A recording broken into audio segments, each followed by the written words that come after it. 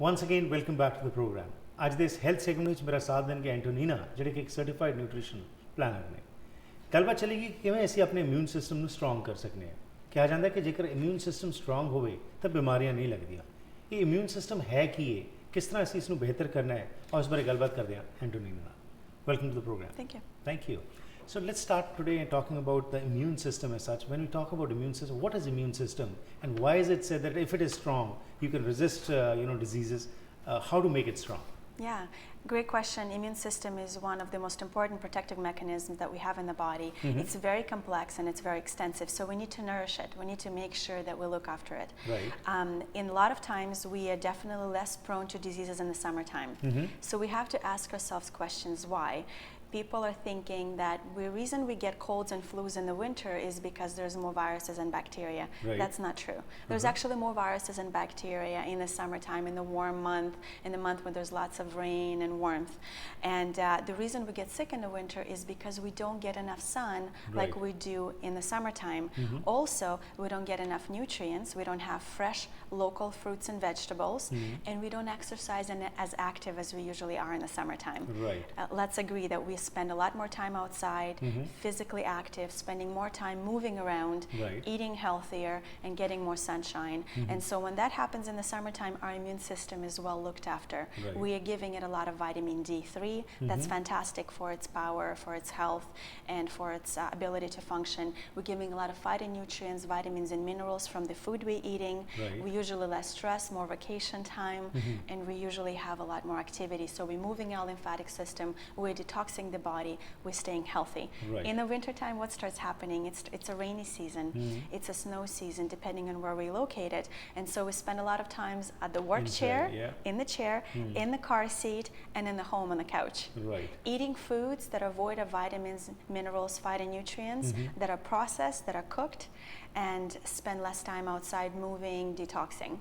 So we have to, first and foremost, we have to look after our immune system by making sure that we're eating less toxic food. So let's make sure that we compromise our immune system less. What compromises our immune system? Absolutely, something that absolutely shuts down our immune system is sugar. So processed sugar that is usually in all the processed foods is concentrated. Simple sugars. Carbohydrates, simple carbohydrates convert to sugar really fast. So pastas, breads, all of the wheat products, they are simple sugars that are gathered from that, also cause enormous amount of congestion and suspension of immune system, cause a lot of damage and inability for it to function. Then of course toxic load. We are spending more time inside in more congested and more environments that have a lot of chemicals, in the sense paint and all of these different things that are coming from all of our furniture, all of this off-gassing that's taking place inside of their homes, versus spending time outside. And of course we have an environmental pollution overall, but there's still less outside, especially in Vancouver and places like this, then there will be a lot of times inside of homes. So more stress, usually our ability to manage stress in the winter time is lower. Our depression is higher in the winter time because of vitamin D deficiency again. Especially when you talked about, you get sick. Of course, during that time, if you are severely sick, doctors recommend you antibiotics.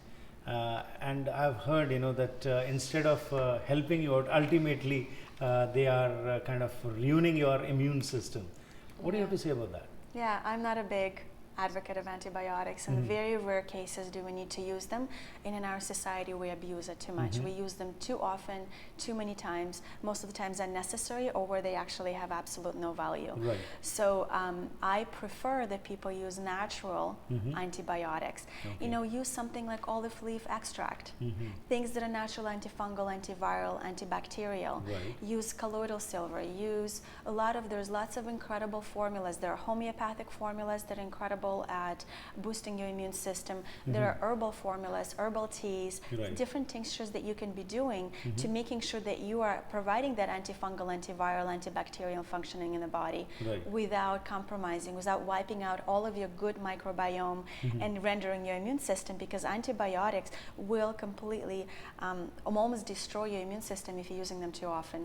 And so because they kill all of the microbiome in the gut, and this is where your immune system resides. Majority of your immune system resides in small and large intestine. Right. So what you do, you're wiping that immune system out. Okay. So make sure that you use natural antivirals, antifungals, and then of course boost your, boost naturally. Feed your probiotics. Give it wonderful foods that it likes, fermented foods that are full of, probiotics, natural probiotics.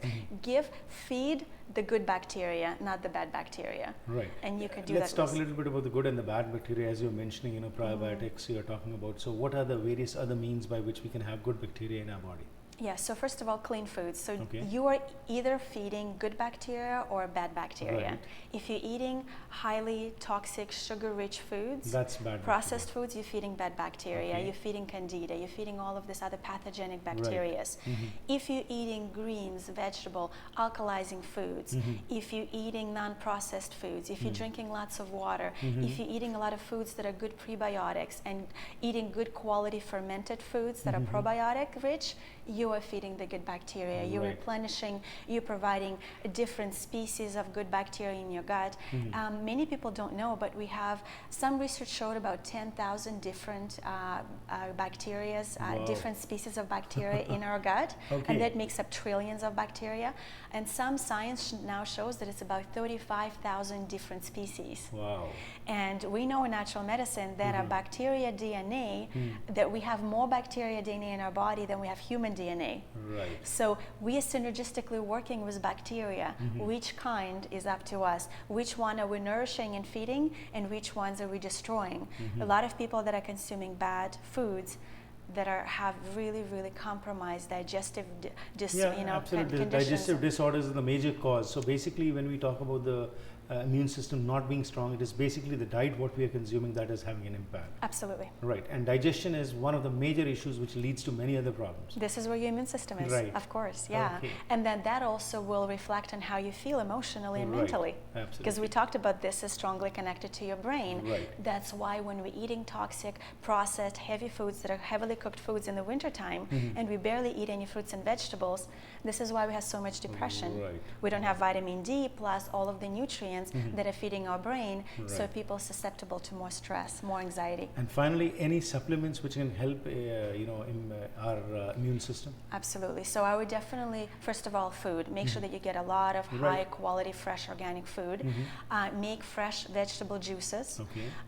Make sure that you eat probiotic foods. And then, of course, probiotic supplements are very potent. Right. Then taking vitamin D3 Right. is one of my most favorite for immune system. Taking vitamin C, taking really good multivitamin Right. that is good full spectrum if we're not getting it enough in food. And then a lot of antioxidants, a lot of fat soluble vitamins, and that are really good antioxidants, vitamin A, E, D. Those are really good for boosting your immune system. Thank you very much.